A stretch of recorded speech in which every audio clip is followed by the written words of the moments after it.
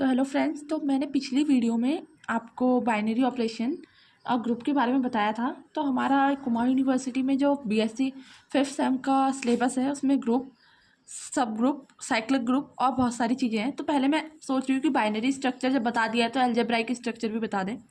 कुछ नहीं, जब बाइनरी ऑपरेशन को हम किसी सेट के साथ, माना ये सेट ए है, ऐसे ब्रैकेट बंद करके लिख देते हैं तो उसको अलजेब्राइक स्ट्रक्चर कह देते हैं। पर ये ऑपरेशन क्या होना चाहिए? Binary operation. और बाइनरी ऑपरेशन क्या होता है?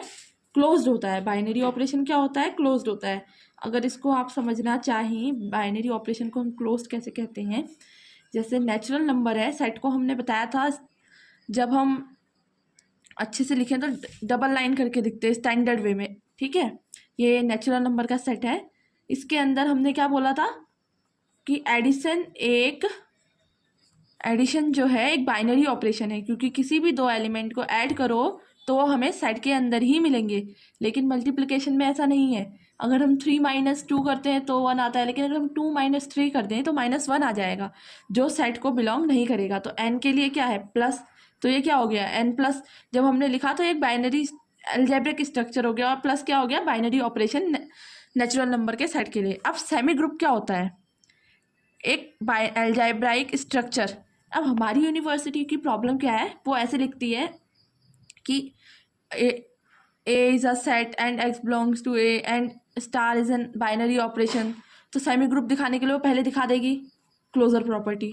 तो कुमाऊं यूनिवर्सिटी के लिए क्लोजर प्रॉपर्टी दिखानी पड़ती है, क्योंकि वैसे तो हमने बाइनरी ऑपरेशन जब बोल दिया है तो बाइनरी ऑपरेशन का मतलब ही क्लोजर होना है, लेकिन यहाँ कुमाऊं यूनिवर्सिटी में जब हम आंसर लिखते हैं तो हमें क्लोजर प्रॉपर्टी दिखानी पड़ती है। फर्स्ट क्या है हमारी? सेमी ग्रुप क्या होना चाहिए? Closure property. एक अलजेब्राइक स्ट्रक्चर हमने लिया, जैसे कि n है, n+ ही ले लिया, चलो एग्जाम्पल के लिए हमने n+ ही ले लिया। तो उसमें जो हमने, ये हमारा बाइनरी ऑपरेशन है, ये हमारा सेट है, ये सेमी ग्रुप है। कैसे? Closure property.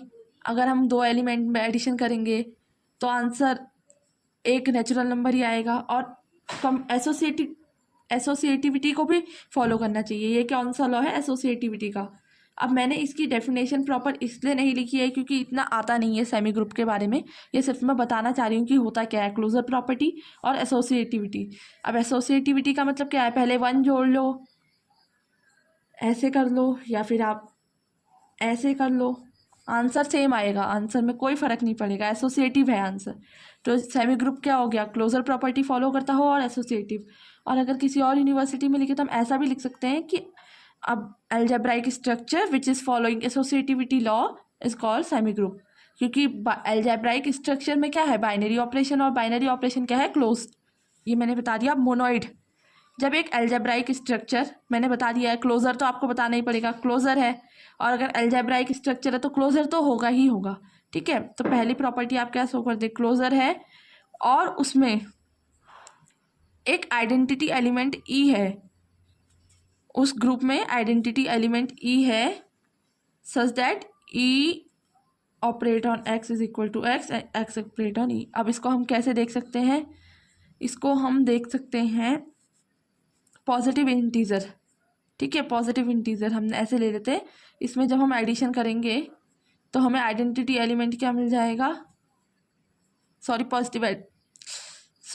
मतलब जेड ले लेते हैं, सारे इंटीजर आ गए, नेगेटिव पॉजिटिव। अब इसमें हमें क्या मिल जाएगा? एडिशन करेंगे तो हमें क्या मिल जाएगा? 0 आइडेंटिटी एलिमेंट मिल जाएगा, क्योंकि 0 को आप किसी में भी ऐड करो या सब्ट्रैक्ट ऐड करो, वो आंसर सेम ही रहेगा ऐड। क्योंकि हम अभी बाइनरी ऑपरेशन एडिशन के बारे में बात कर रहे हैं तो हम एडिशन के बारे में ही बात करेंगे।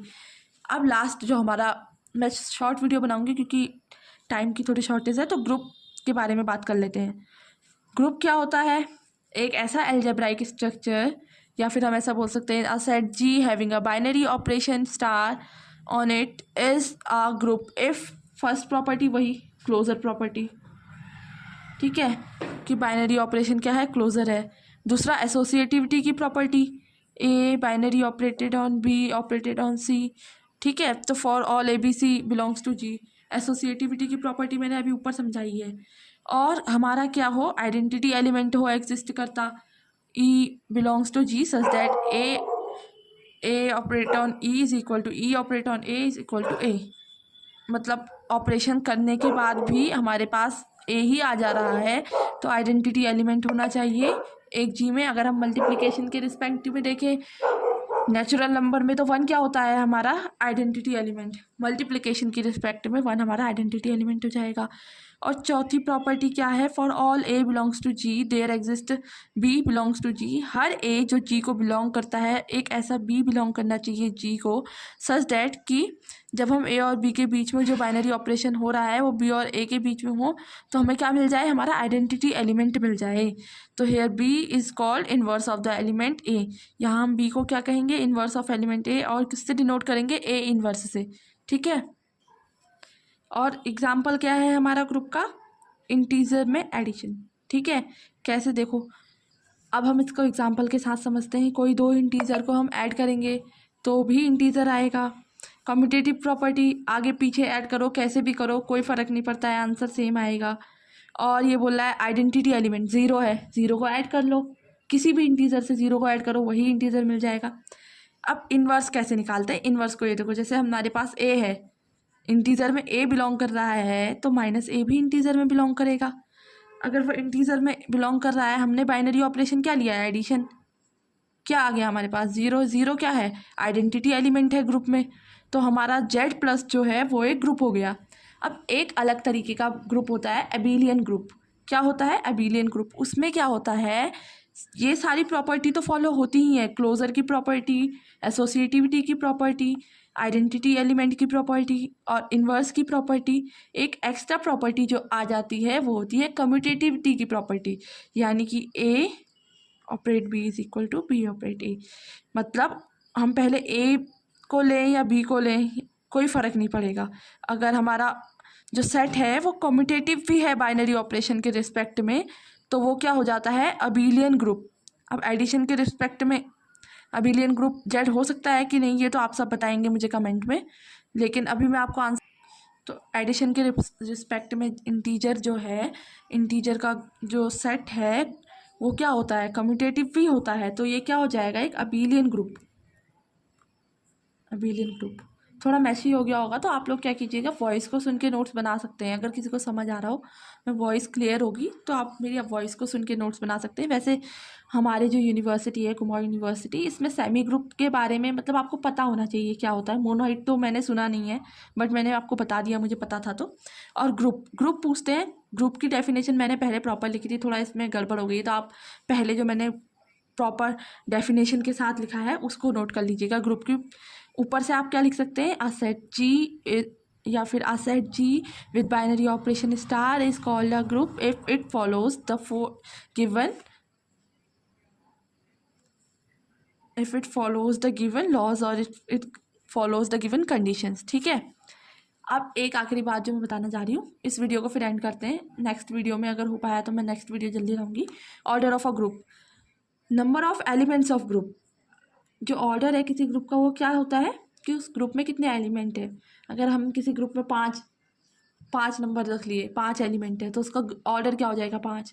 अगर फिनाइट नंबर एलिमेंट है तो फिनाइट ग्रुप होगा, और अगर इन्फिनाइट नंबर ऑफ एलिमेंट है तो इन्फिनाइट ग्रुप होगा। ठीक है, फिनाइट नंबर एलिमेंट एक finite group, infinite number element infinite group. तो आगे सब ग्रुप और साइक्लिक ग्रुप पे अगर टाइम होता है तो हम कल बात करते हैं। ठीक है। तो अगर वीडियो पसंद आई हो तो लाइक शेयर और सब्सक्राइब कीजिएगा चैनल को। Thank you.